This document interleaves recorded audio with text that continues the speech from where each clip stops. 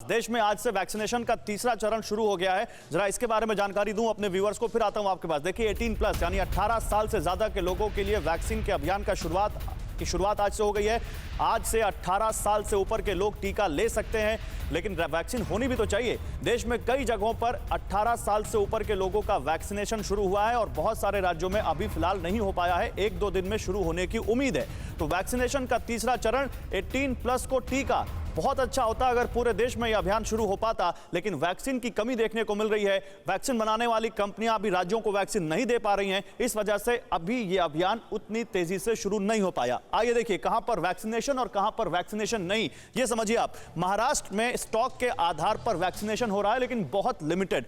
कहां पर नहीं हो रहा है? मध्य प्रदेश, दिल्ली, पंजाब, आज इन जगहों पर 18+ के लिए वैक्सीनेशन नहीं हो रहा है। इन्होंने कहा हमारे पास वैक्सीन नहीं है। कहां पर वैक्सीनेशन हो रहा है? राजस्थान में मात्र 11 जिलों में वैक्सीनेशन हो रहा है। झारखंड और बिहार भी उन राज्यों में शामिल हैं जहां पर आज से ये 18+ का वैक्सीन ड्राइव नहीं शुरू हो पाया, क्योंकि वैक्सीन की कमी है। अब ये देखिए इसके अलावा और कौन से राज्य हैं? गुजरात के 10 जिलों में, यहां भी पूरे राज्य में नहीं, 10 जिलों में वैक्सीनेशन शुरू हुआ 18+ के लिए। और कहां पर नहीं? पश्चिम बंगाल और उत्तराखंड में भी आज से 18 साल से ऊपर के लोगों के लिए वैक्सीनेशन नहीं शुरू हो पाया। हरियाणा, गोवा में नहीं शुरू हो पाया। और आज से देश में जो अभियान शुरू हो रहा है, ये 18+ वैक्सीनेशन का अभियान इसलिए बहुत अहम है क्योंकि ये सबसे बड़ी आबादी है। 18 साल से 44 साल के लोगों की जो आबादी है, अगर इसको आपने वैक्सीनेट कर दिया तो कोरोना पर हर हाल में आप काबू पा लेंगे। और यही सबसे बड़ा चैलेंज है सरकार के सामने कि कैसे जल्दी से जल्दी इस आबादी को, इस एज ग्रुप को वैक्सीनेट किया जाए, क्योंकि यही लोग हैं जो सबसे ज्यादा बाहर जाते हैं, यही लोग हैं जिन पर सबसे ज्यादा इस वक्त खतरा दिख रहा है। 28 अप्रैल शाम 4 बजे से अब तक करीब 3 करोड़ लोग वैक्सीन के लिए रजिस्ट्रेशन कर चुके हैं, 18+ वाले। लेकिन अब उनको कब तक वैक्सीन मिलेगी, यह सवाल है। वैक्सीन की कमी ने 18 साल से ऊपर के लोगों को टीकाकरण पर चिंता बढ़ा दी है।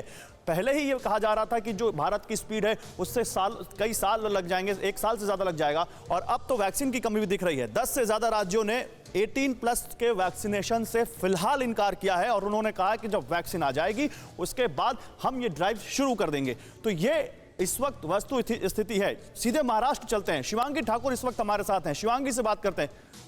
शिवांगी बताइए, महाराष्ट्र में वैक्सीनेशन तो पहले कहा गया कि नहीं है, 3 दिन के लिए बीएमसी ने वैक्सीनेशन को रोका भी, और अब है कि 18+ के लिए वैक्सीनेशन शुरू हो गया।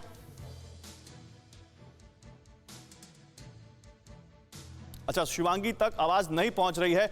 मैं जरा कुमार कुंदन से इस बारे में जानकारी लेता हूं। कुमार, तो बात वही है ना कि आपने प्लान कर लिया, लेकिन आपको वस्तु स्थिति नहीं पता थी कि हमारे पास कितना स्टॉक है, और आज वही चैलेंज आ रहा है सामने।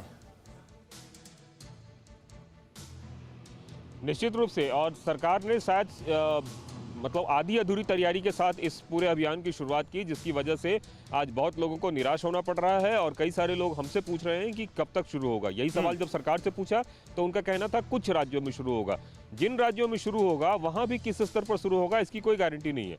दरअसल सरकार को क्लैरिटी करनी चाहिए थी। अगर राज्य सरकार सीधे रूप से वैक्सीन खरीदना चाहते हैं तो सरकार ने एक नियम बना दिया कि 50% वैक्सीन केंद्र सरकार को दिया जाएगा, 15% वैक्सीन जो है राज्य सरकारें सीधे मैन्युफैक्चरर से खरीदेंगी। अब आप सोचिए 50% वैक्सीन में देश के सभी राज्य अगर मैन्युफैक्चरर के पास जा रहे हैं तो मैन्युफैक्चरर किन राज्यों को कितना वैक्सीन देगा, ये भी एक बड़ा सवाल है।